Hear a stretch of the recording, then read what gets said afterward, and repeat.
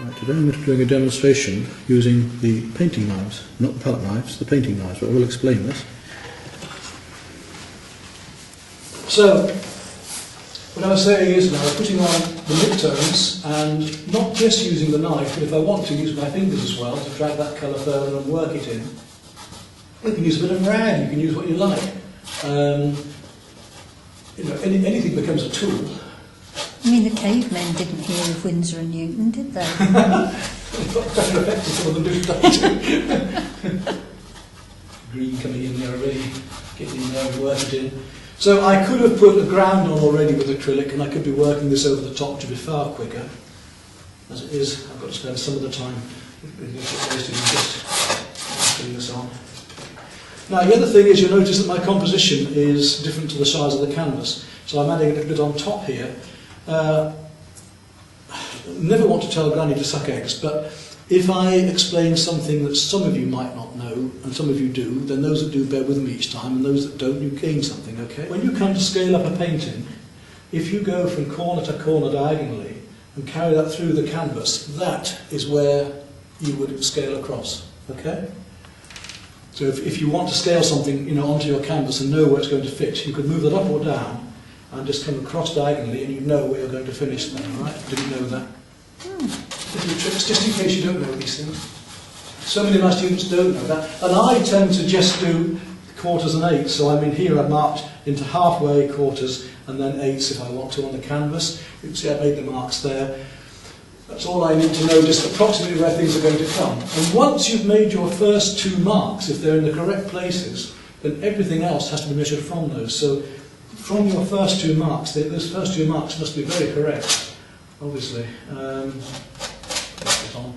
If I've got something on my knife, I tend to put it on straight away and use it all up. No point in having it on my knife or on my brush, and if it's somewhere else, not putting it on while I'm at it. I just have to mix some more colour, so to get away with that. Use an awful lot of paint this way, and the heavier the canvas, the more paint I use as well. And there's other effects you can get. I could be just touching another colour there and putting it on, and that other colour would actually come right through this then, wouldn't it? But I don't want these backgrounds too thick and heavy. That's another reason I'm using my fingers, is because I'm going to have to lay colours over these. And I don't want this coming through too much. I'm just leaving a few of these trees just to show where I am, rather than lose the whole drawing. Comes down through there, across there. But as I say, sensibly, I'd be better off using a brush for the trees. But not to worry. I use oils over acrylics because I get both worlds. I can do a landscape background outdoors on plein air in, say, half an hour, get the entire canvas covered with base colours, and then work my oils over the top and get the nice bright vibrance of the oils afterwards. Now we need a base colour for here now. Start working down these warm colours, which I haven't mixed yet. So look at that. We've got a very slight purpley blue coming through here. We've got warmer, deeper browns down here, almost pure burnt sienna, some burnt umber. The siennas are very useful, aren't they? Raw sienna in watercolour is far nicer than yellow ochre. It's more transparent number. In the same way that Aureolin yellow is far nicer than lemon yellow, it's more transparent. Which yellow? Aureolin. Yeah. Yes. Have you seen that one? Yes. If you haven't, then give it a try. But yeah, Aureolin's a very lovely yellow. It was Hazel Salmon that first went onto that one. It's a very much. If you want to paint on yellow flowers afterwards, then the lemon yellow is better because it's not transparent. It's and therefore you put it over the top. Yeah. Right. Now start pushing some colours. Let's start getting some cools into here. What's he doing that bright purple for? You'll see in a minute. I say, Peter, some time ago I actually sat through a demonstration and a talk by Winsor and Newton about where their pigments and stuff came from. Oh yeah. And the one thing that really surprised me was raw sienna. I think the name of it, I was quite convinced it was probably Spanish dirt.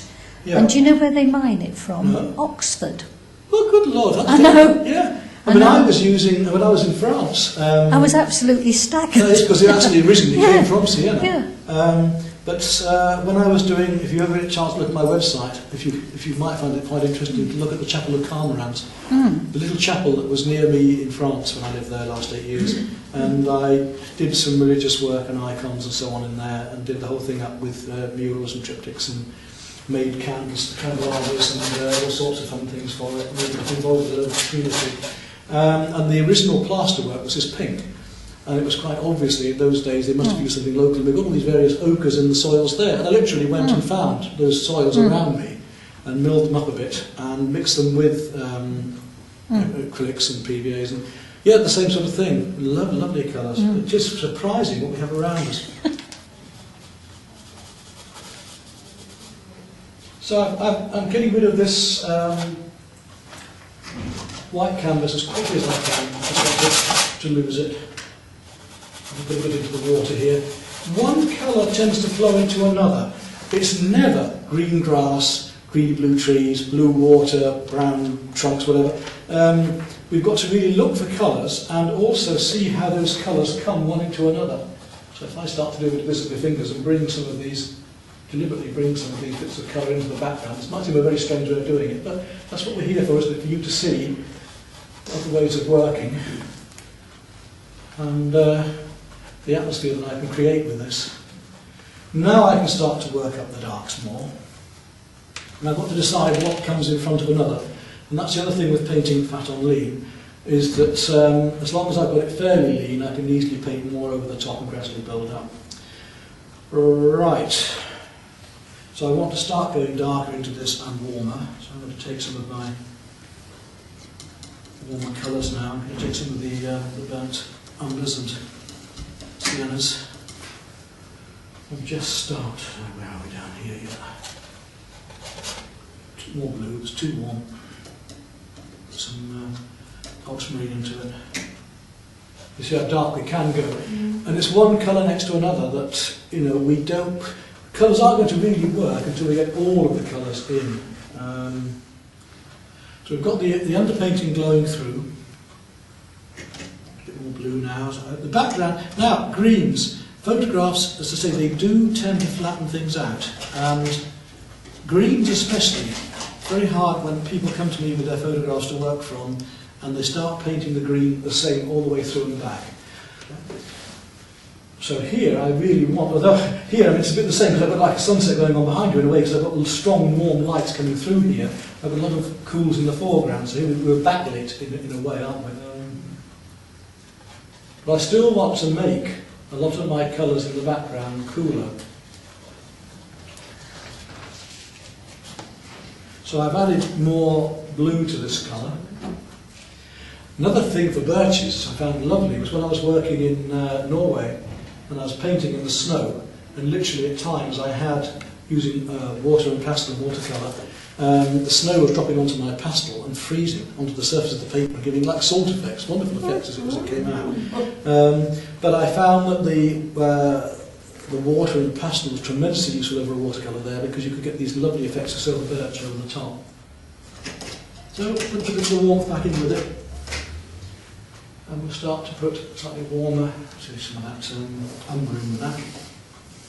So we've done the cool trees in the background.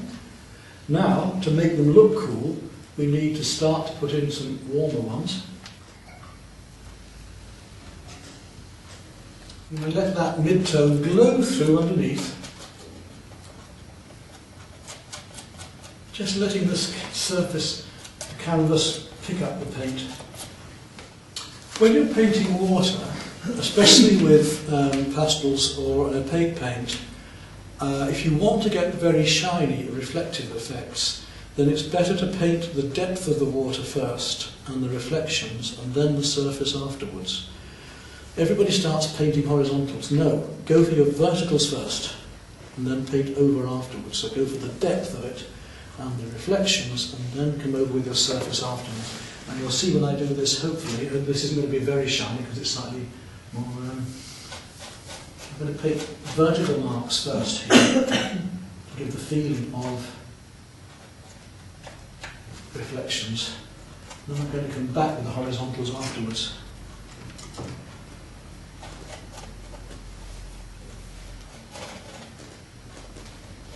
then I come across afterwards.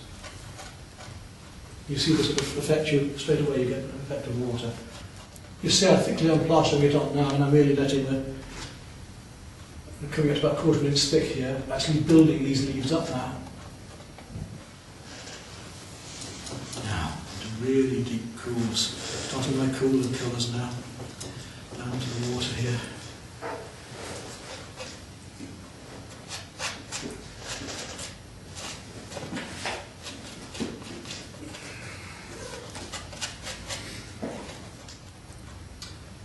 I think, oil paint is, like all paint, we should be using it for its own beauty.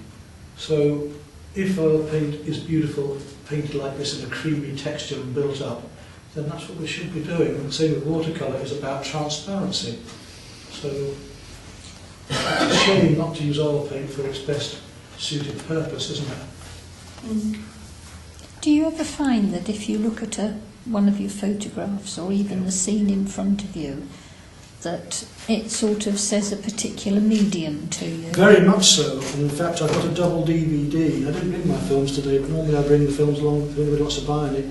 But you can see nearly all of my films have parts of them, if not all of them, on YouTube free. But one of the double DVDs that I enjoy doing most and think is one of my best couple of films is using the best medium and method for the subject. Where we actually explore totally different subjects, from painting birds right through to landscape to seascapes, and deliberately try and choose the medium that will suit them best. So it's a battle ahead. It's like watercolour. You are planning. I am thinking ahead when I even started this painting as just how I'm going to finish it, what colours I'm going to be using later. And remember, you can freeze oil paint. I could put, oh yes, I could put cling film over this and bang it in the freezer, take it out again, thaw it out, and use it months later. Oh, so you've got, Yeah. I've got some stuff, wasn't it? No, you're cheeky now. No, does acrylic wet? You put now acrylic to stay wet palette. So you've got a sandwich box, thin one. You put a layer of paper towel. You put a layer of greaseproof paper. You wet it so it's totally soaked. Put your paints on top of that, and when that lid's closed, that will stay soft forever. That's a stay wet palette. So we're catching the light coming through. Goes right back up underneath the waterfall here. Bring it back again. Now, onto the cream. Just a bit of highlight there so it catches the light coming over, little sparkles of light. Not far away, but you can see how it's going now. A bit more with the cool, so let's bring some cerulean and almost go neat with the cerulean. Down here, just for a feel of this cool blue. Because I'm working from two pictures here, I've got to decide which one I'm doing at any one time. Do you ever go and stand back? I would, this is one of the things I have. When I'm painting normally, I'm using long handled brushes, and I'm getting right back from it. And you have to be like a fencing match, you know, that's the whole, you've got to get back and look at it. I'm not today because the other thing is, of course, getting up and down is not easy for me anyway. Yeah. But yes, you do. I mean, actually standing a few feet away. That's right, to get yeah, the... go right back and go and have a look. You know, Yeah. if I was when finishing this off, I mean, I might want to go and see what you're seeing. Yeah. By experience, I hope that what I'm doing is working. That's all I'm That's doing. right, yeah. Because when we're looking up close, I thought, well, how on earth do you know Just where blobs, to go? yeah. It's just blobs, A lot of it's yeah. by experience of doing this over and over again. But from a distance, it looked... Because it's an impressionist piece. We're doing a broken colour piece, so literally right, finally then, because I've got all the highlights now, I think. I don't think I want to go any brighter there. It's just to go back in with these last darks at the very end. It's amazing the effect the orange has on it. Yeah, little colours, one little colour, one to another, can totally change. I could change it again by putting other colours on, yeah, no trouble. Really get some of these darks working in a minute. Now if I start to put in some purer warms, so I'm going to add a lot more, suddenly a lot more, and this will change things again. Burnt sienna into this suddenly now, just to really make those cools work a bit better. And see the difference is that making now? Yes. bringing the sunlight out, and it's making those cools in the background work better. And this is why, as you say, we'll start to get up and go back and have a look from the background and say, do I need a bit of composition here, do I need a bit of composition there? I would say that's about there. No, I've got to go a little bit stronger now. Talking about greens, where I have been making my own greens, I'm now deliberately going to take for the final, just to show you what you can do on this. I want some more sunshine here, so let's take some really nice, strong, and deliberately, at the end of the painting, use a pure colour to suddenly make this bounce forward. And that changes it to this, because it's a much warmer green. It makes that water seem cooler as well. But with sunshine, suddenly it brings it to life, yeah? A bit more sunshine coming through the thing. It's much stronger. And I've left my strongest colours till the very end, just using those mid-tones at first. A little bit over the rock, maybe here. And we're just about there. There we are. That'll do it, won't it?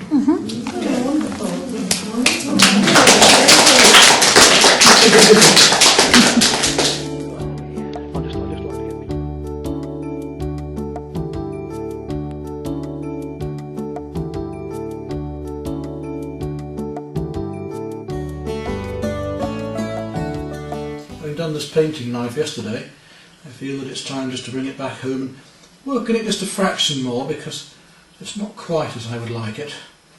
And I'd like to just finish off this water, just to get the sparkle of things. A few colours that I didn't quite mix up, because the light has changed. The light in this room is very different to the light that was in there in the library.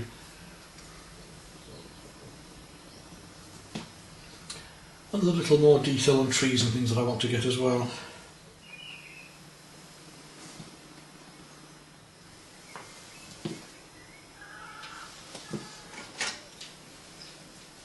And you can see how quickly the painting can suddenly come together once you get these colours actually established. I just want to come back into there with a few darks in a moment. That should about finish that painting off. Just playing with some ultramarine blue now, really making that quite strong.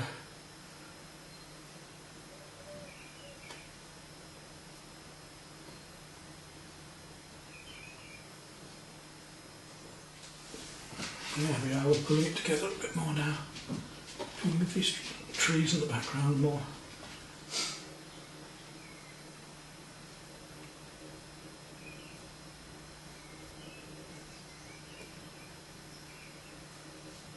So the stronger we make these darks, hopefully the more the sunlight will appear. Because if we've got very darks against very lights, that's how we get strong effects of sunlight. Might have to go just a few little lights back into here in places, but hopefully not too much. Okay, now just back with some of the few highlights here and there. And hopefully that will sort it. Just let this light come through and catch the leaves as they come down here a little bit. A little bit more perhaps yellow-green here and there, just to add a bit more sunlight through. Not a lot, but just enough to brighten things up a bit again against the cool colours. So a lot of lemon yellow going into this. What do you think? Have we got that now? Okay, we've got to do much further with this.